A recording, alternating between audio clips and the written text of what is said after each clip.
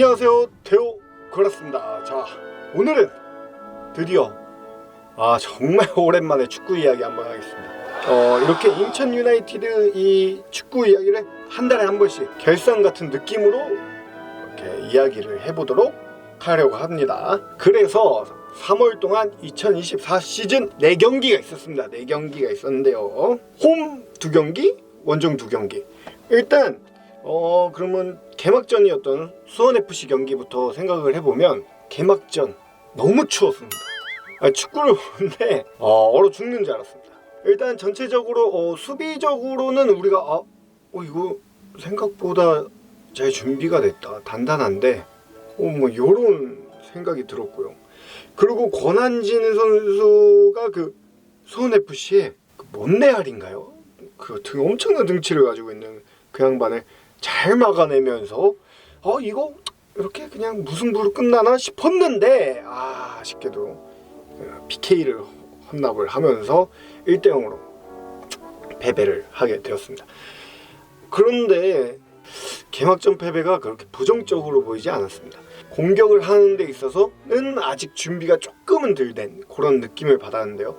그래도 충분히 그 수비적인 게 강해야 강팀이고, 트로피를 들어올리는 팀은 수비적인 것이 강한 팀이 트로피를 들어올린다, 이런 이야기가 있습니다. 그렇기 때문에 충분히 저는 긍정적이게 바라보는 개막전이었습니다. 너무 아쉬워요. 사실 수원FC가 이제 다른 팀들에 비해서는 우리가 좀 이겨야 되는 전력이 아닌가, 이런 생각도 좀 하긴 하잖아요. 다른 팀, 뭐 울산이나 뭐 전북이나 기업 팀들에 비해서는 그래도 우리 같은 시민 구단끼리 한판 했을 때 좀 이길 수 있지 않을까, 이런 생각 많이 하잖아요. 저 역시도 그랬습니다. 그래서 조금 승점을 하나도 못 가져왔다는 거, 그게 좀 아쉽긴 하지만 그래도 뭐 개막적 징크스라는 게 또 우리 팀이 있기 때문에 뭐 크게 시즌을 본다면 그렇게까지 막 이거 이런 느낌은 아니었다는 거죠. 그러면 1라운드 개막전에서 제가 본 가장 좋은 활약을 한 선수는 저는 이명주 선수라고 생각합니다.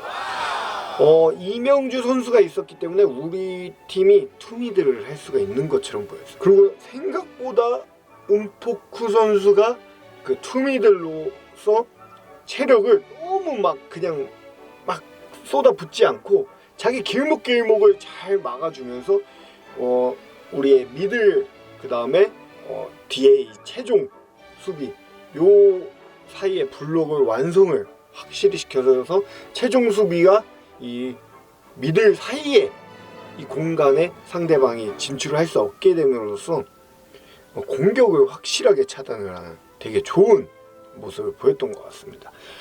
일단 이명주 선수에게 주고 싶은 이유 중에 하나가 또 뭐냐면, 많은 우여곡절 끝에 주장이라는 역할을 맡은 이 이명주 선수가 또 우리 팀의 주장 징크스도 있지 않겠습니까?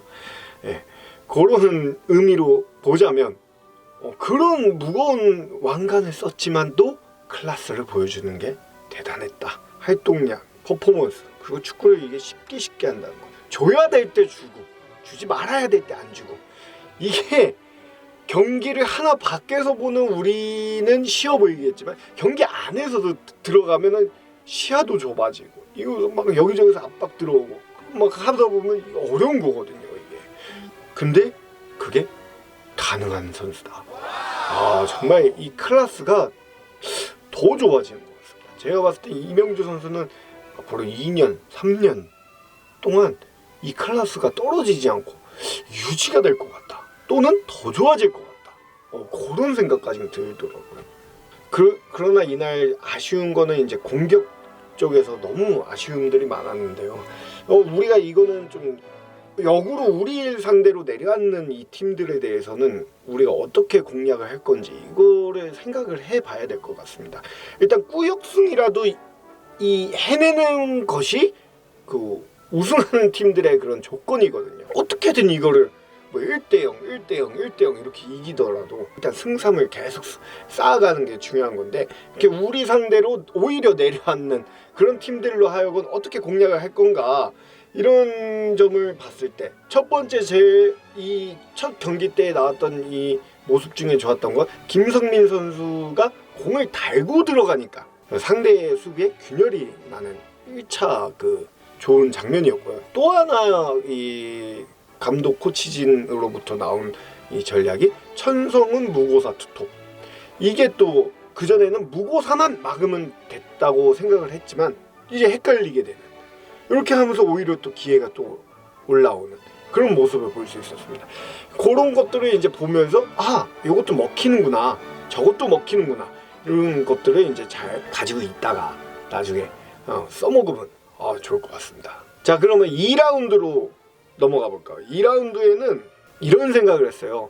뭐 5만이 넘는 관중이 막 꽉 찬 적진에서 지지만 않으면 되겠다, 안 지는 게 중요하겠다, 이런 생각을 했는데 안 졌습니다. 0대0으로 비겼고요. 일단 서울이 아무것도 못하겠습니다. 이 아무것도 못한 이유는 이 개막전에도 좋았던 우리의 모습, 이 최종 수비 3명과 이 중앙 미드필더 2명 요 사이에 공이 절대 못 들어가게 했습니다. 여기에 공이 딱 한 번 들어갔어요. 그게 바로 링가드의 킬패스. 그거 빼고는 들어가지를 못하고, 그 안에서 파이널 서드라고도 뭐 많이 얘기를 하는데, 그 파이널 서드 안에 공이 들어갔을 때 위협적인 순간 그 수루 패스나 뭐 최종 패스 또는 슈팅, 이런 것들이 나오는 거거든요. 근데 그 안에 공을 집어 넣지를 못해요, 서울이. 우리가 아주 잘 먹었습니다. 그러나 이제 공격적인 거에서 조금 밀리긴 했지만, 저는 이 역습에서 중요한 거는 결국 제르소예요. 근데 이날은 제르소가 뭔가 그 속도를 이용해서 쫙 뻗어나가는 느낌이 아니고 자꾸 중간에 멈춰요. 이게 키핑을 하려고 하는 습관이 있는데, 저는 그냥 속도를 좀 더 살려서 툭툭 치고 나갔으면 좋겠거든요. 그냥 이 치달을 한번 그냥 속도를 쭉 유지해서 가면 못 따라잡을 것 같거든요, 상대 수비수가. 이게 땅이 안 좋아서 잔디가 지금 어느 구장을 가도 이게 제대로 굴러가는 데가 없습니다.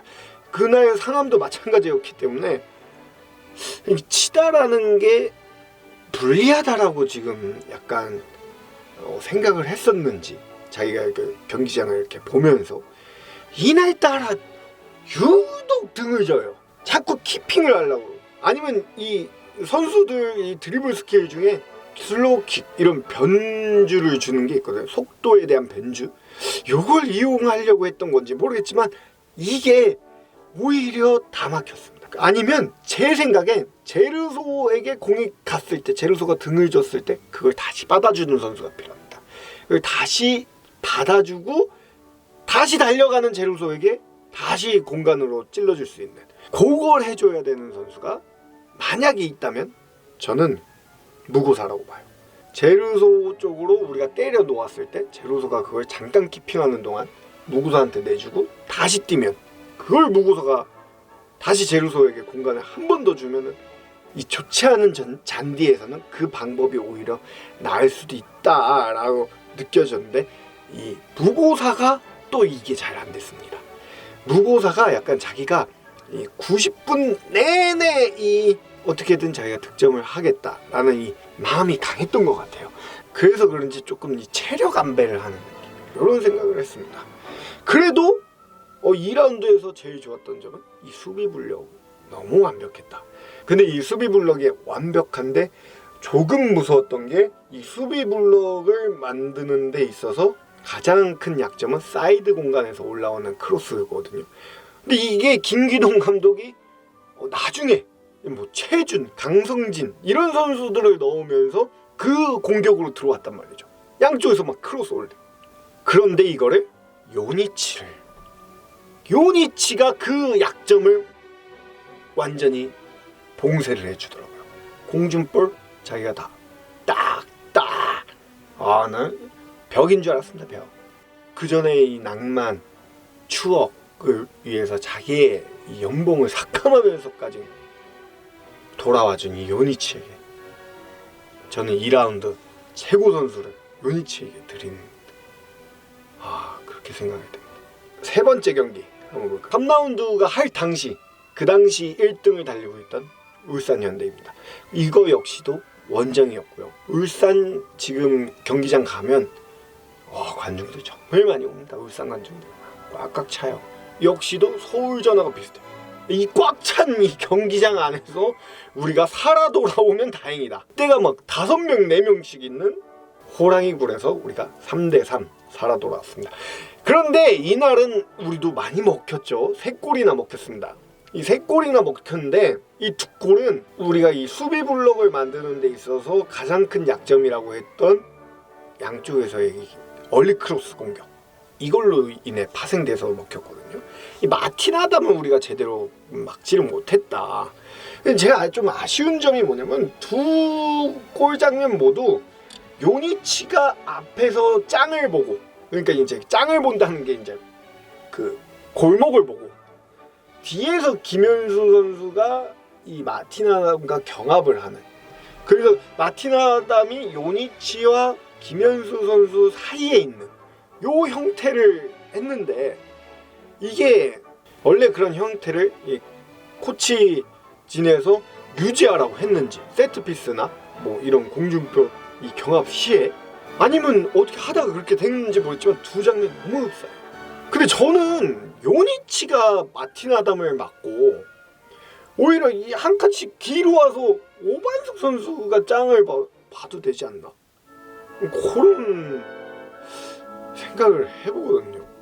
그런 점에서 요거는 조금 우리가 좀 체킹을 좀 해봐야 될 것 같습니다. 요 두 사이에서 짱 보는 사람과 맨투맨 하는 사람의 이 역할을 조금 누가 어떻게 가져갈 건지, 이거는 다시 확실히 좀 해볼 필요가 있다고 생각이 들어요.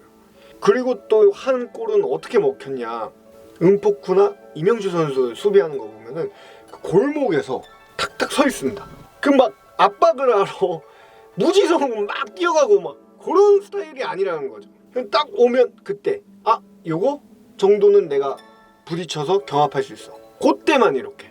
그런데 이날 처음으로 중앙 미들 조합이 은포쿠가 빠집니다.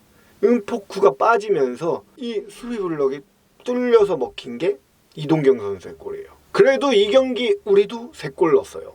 무고사가 돌아온 이후로부터 PK가 두렵지가 않아요. 얼마 전 무고사 잠깐 나갔다가 들어온 1년 동안 PK 얻으면 오히려 불안해. 에르난데스 막 차냐, 누가 차냐 그랬는데 무고사가 차니까 마음이 편안하다.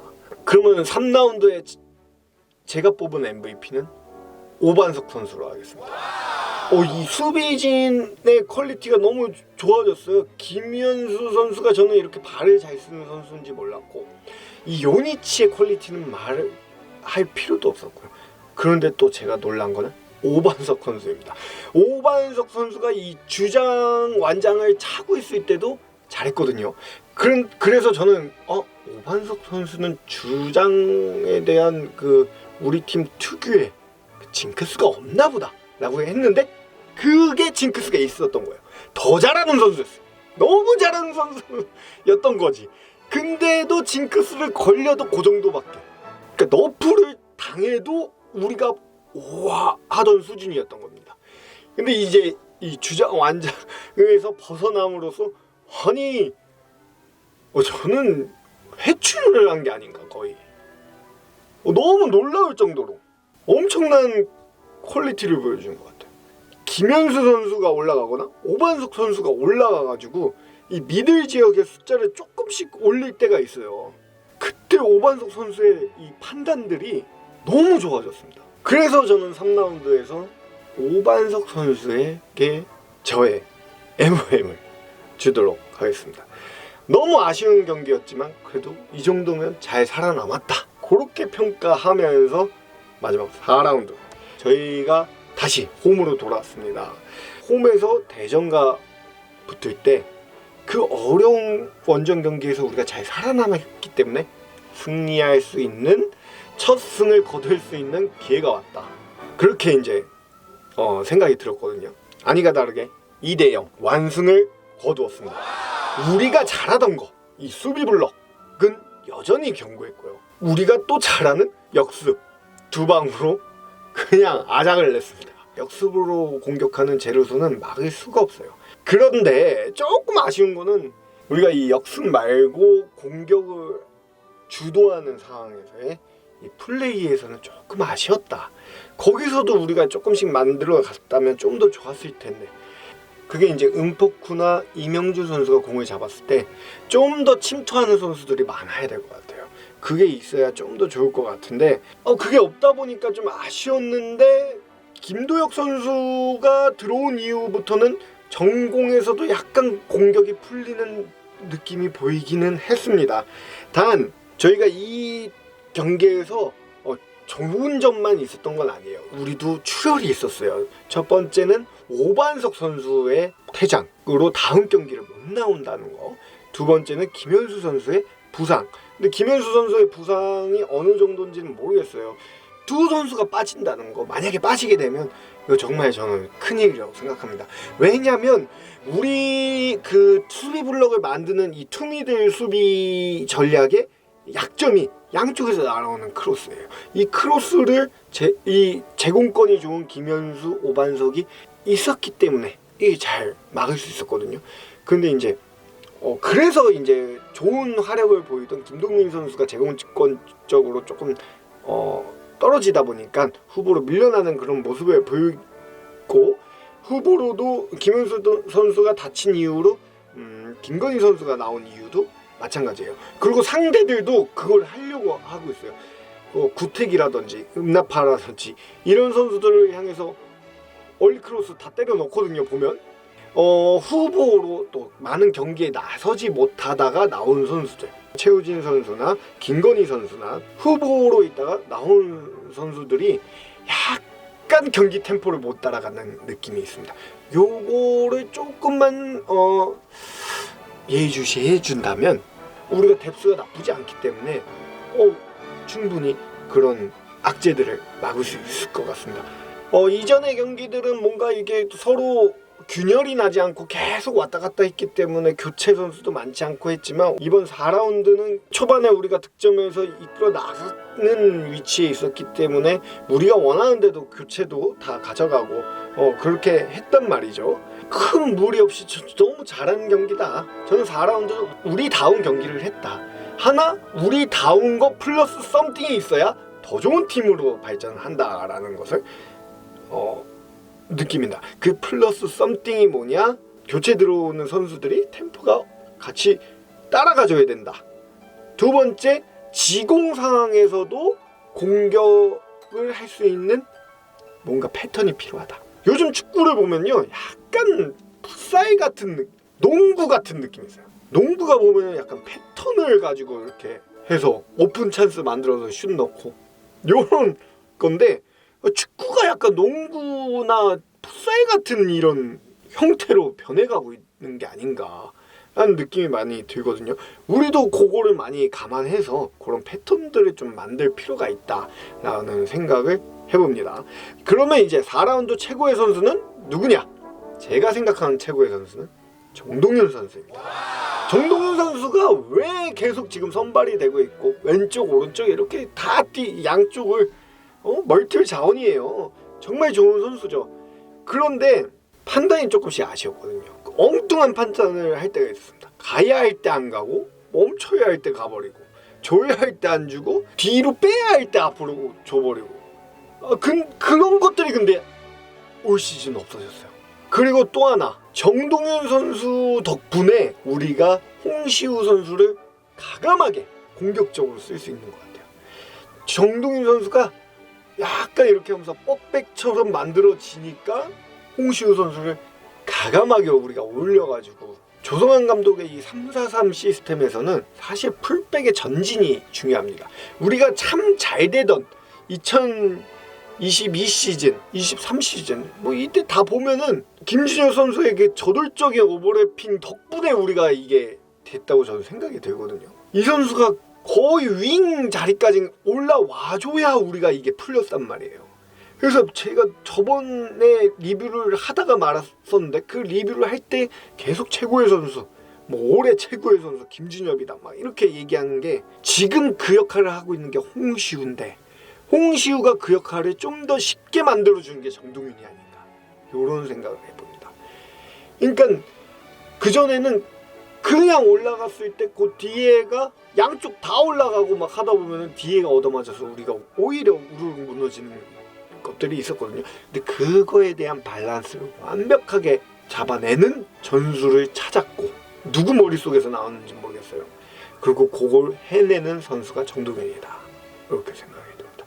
왜냐하면 또 최우진, 홍시우 이런 식으로 이렇게 나오면 둘 다 공격적이기 때문에 이게 또 그전과 같은 뒷공간을 맞는 그런 일이 좀 많이 발생이 되더라고요. 그래서 정동현 선수 덕분에 우리가 안정적인 우리가 할 수 있는 최고의 포지션 윙백 올려놓기가 가능하지 않나 라는 걸 보면서 정동현 선수에게 4라운드 최고의 선수 내가 뽑은 최고의 선수를 드립니다. 우리가 이렇게 보면 1승 2무 1패로 지금 5위에 랭크가 되어 있는데 사실 이 시즌 초반이기 때문에 이 순위는 금방 막 그냥 막 돼버릴 거예요.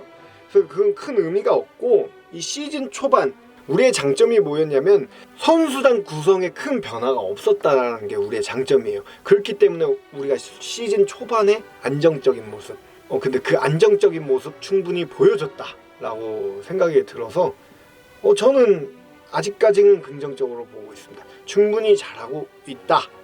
허나 아까 얘기한 그 썸띵 두 가지가 해결되면 더 잘할 수 있을 것 같다 라는 점을 남기면서 그러면 다음 4월이 지나고 4월 리뷰 때 축구 이야기는 또 하도록 하겠습니다. 이상 대호 꼬라스였습니다.